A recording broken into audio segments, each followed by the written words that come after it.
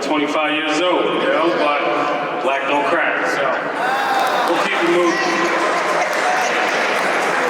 So first off, I just want to congratulate everybody here, and I always like giving thanks before I start talking to anybody. So, it always amazed me how in the city of Philadelphia, how we could cheer for the Phillies, cheer for the Eagles, cheer for the Sixers, scream till our lungs can't take it anymore. But when we get in settings like this, that energy dies down. So the first thing I want to do is I want want all the staff for PTTI to stand up and let's give them a warm, loud round of applause.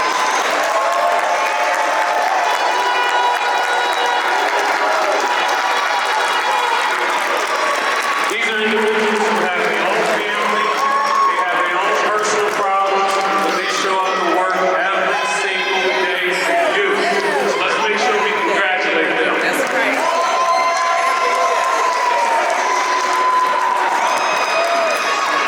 Now,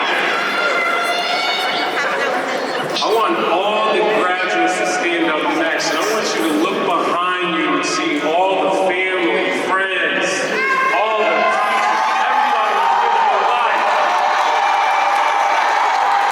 show them the gratitude for being here on a Saturday. Sticking with you through the whole day.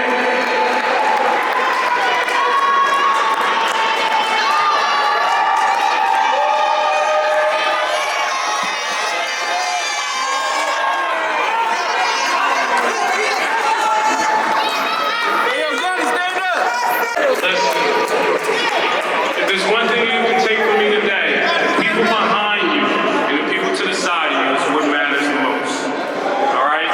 They showed up and they showed out. So, let's get started. Ladies and gentlemen, honored guests, faculty, family, friends, and most importantly, the beautiful graduating class, which all of us are going to refer to from this day moving forward as our kings and queens.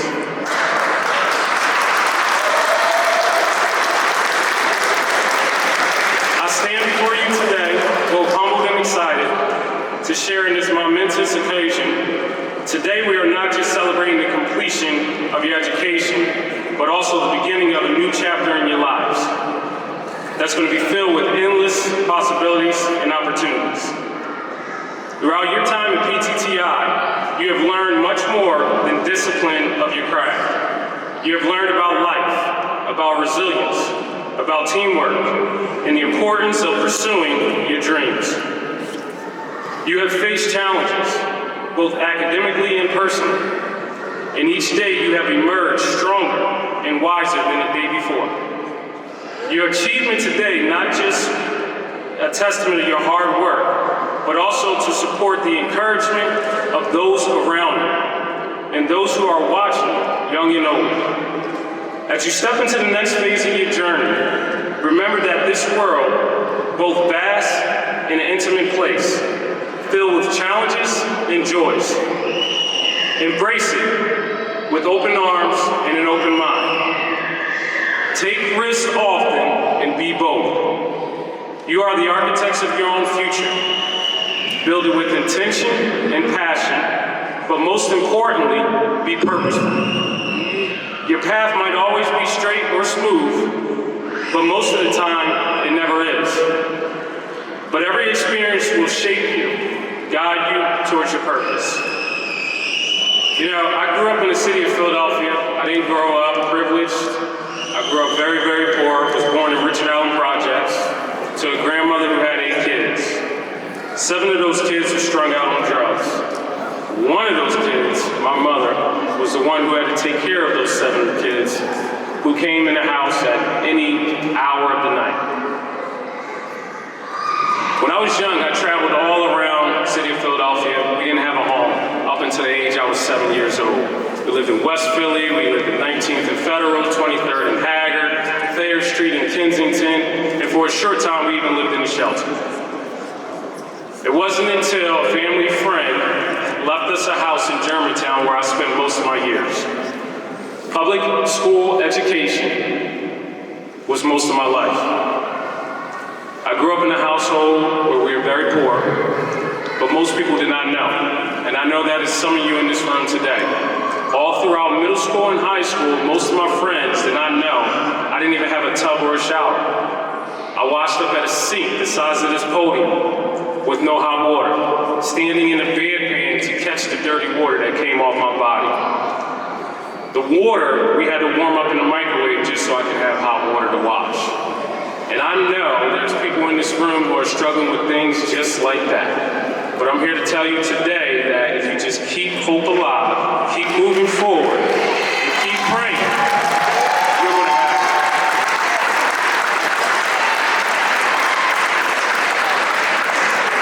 it. One thing I will tell you is that everything I have, or everything I prayed for in my lifetime, I have today.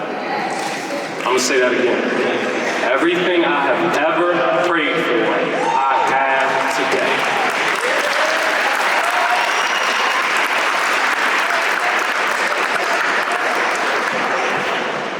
Growing up in the home was tough. My mother was abused by her boyfriend, and my mother in turn took that anger and frustration out on me.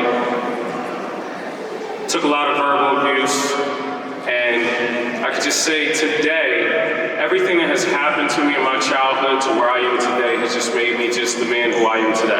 I have no regrets in anything I've done.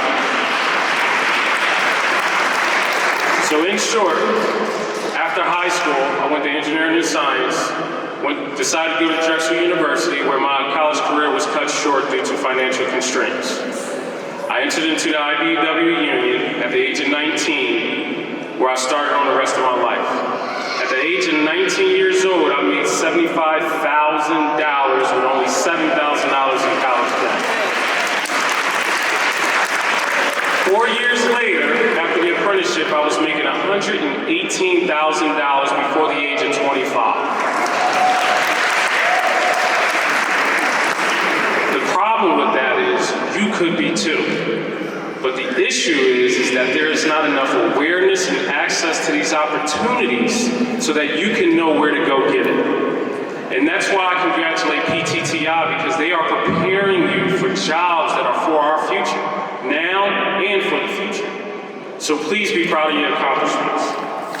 So to talk a little bit about me and to finish it up, I started my business and it skyrocketed, because I was very intentional in how I do things. There's a statistic that's going around to say if your workforce is diverse, you will outperform all of your competitors. I don't think you guys heard it. If your workforce is diverse, you will outperform all of your competitors. That is the nature in the business world. So, as I started my company, we skyrocketed. We do extremely well. I am one of only 3 African-American-owned utility construction companies in the entire Northeast United States.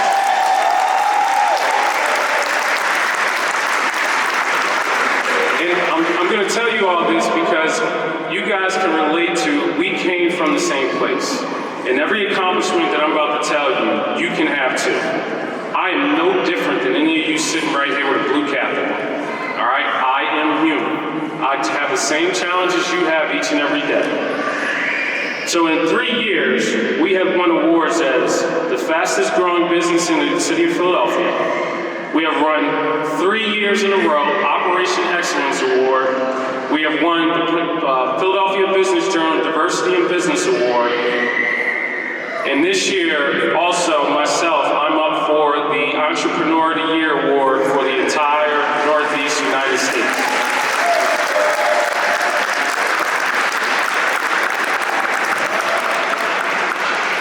But I'll also say my biggest accolade isn't anything that you just seen. My biggest accolade is my children. And today I have my 2 daughters here today sitting over there on the side.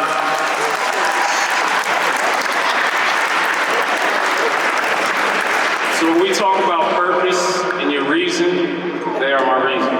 They're why I get up at 4 o'clock every single day. So to finish up, I just flew back from California last night, where I was at the 47th Annual African American Association of Blacks in Energy where I was in a room with 1,200 African Americans who hold positions in the energy sector throughout the whole entire country, from all the way from a mailroom position all the way up to a CEO of a large utility company. And I want you to know that although the media does say that there are not positions for us out there, we are out there and we show up. As we talk about things such as climate change and the energy grid and economic impacts, it is a good time for you to be coming into this industry. So my kings and queens, I urge for you to live with courage, to seek out what makes you feel alive, and to strive each and every day to make an impact no matter how small it might seem. Sleep when you are finished, not when you are tired. I remember working a 36-hour shift, but we had power lines that we are about to cross, that were crossing I-95, that were about to fail. And we had to get it done. They called in the best to do the unthinkable. And we were up for the challenge because failure was not an option. We always strive to do better than we did before. Someone once told me, if you want an extraordinary life, pray for an extraordinary adversary. In your time here at PTTI, you've not only built a foundation of knowledge, but also discovered your passions and potentials. It's these discoveries that will guide you as you move forward, the relationships you've forged. The challenges you've overcome and the successes you've celebrated have all prepared for you this very moment. But remember, the learning doesn't stop here. Life each and every day offers up a new lesson. Keep that curiosity alive, remain a student at heart, and approach the world with zeal. The future is yours. Always be adaptable and remember where you came from. I once told a Harvard graduate that my streets of Philadelphia education far outweighs your Harvard degree. Because I know when somebody is trying to finesse me. I know when somebody is trying to stab me in my back. I know a bad deal when I see one. I know when it's time to flight. This is all the things that the city of Philadelphia has taught me that no business school in this world can teach you. So embrace where you come from, embrace the knowledge that you have, because the business world does not have it. So I'll finish up with this. Discipline is choosing between what you want now and what you want most. One of the mindsets we must change in our community is that most people want what's for the future now. They make a little bit of money, they go and buy Benz, designer clothes, $400 sneaks. What if I told you, even as a millionaire, I shop at Kohl's? Right? I buy $60 shoes, and I still use my cold bucks and my coupons to get it down to 40. Because the difference between us and them is they make money to make more money. We make money to spend money. It is a reason why the African American community is the highest spender when it comes to our economy, when it comes to any sales as far as consumables. How can we make the less money but be the ones who spend the most money? We got to change our mindset.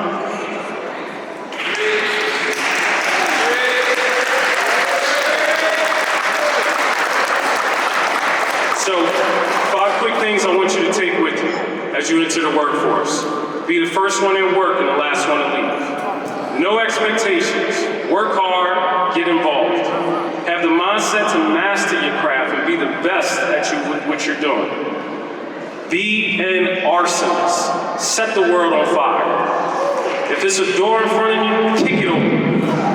And leave it open for the other people that's behind you. And fail often. Always, don't be afraid of failure. I have failed so many times in my life, but I'm standing here before you. So that should be a testament. So I want everybody here that's a graduate to do one thing, all right? We're gonna try to do something really powerful. I want all the graduates to take out your phone and put it on the camera. Turn the camera around, and I want you to turn it to face at you. And we're gonna start with the women here first. Let me know when you're ready. All right. So I want you to put it on video, and I want you to record yourself. Women first, and I want you to say, "You are a queen." You are a queen. And I want you to smile right after that. Now, my kings, I want you to do the same thing. Take a look at that camera, look at yourself, record yourself, and say, "You are a king."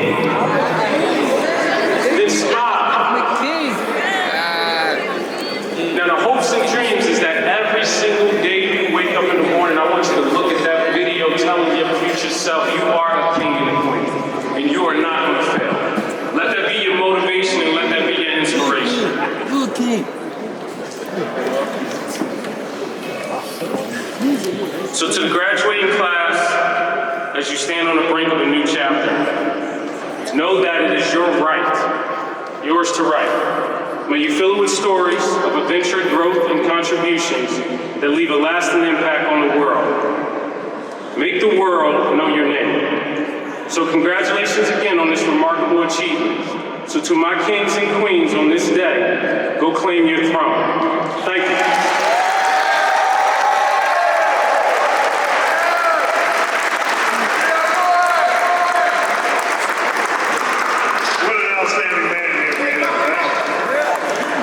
Share that story, I'll tell you what, it's many of our stories. No matter who you are, no matter where you live, this is our story, right? So we want to thank you, William. We're going to give you a certificate of appreciation for coming here and sharing your experience.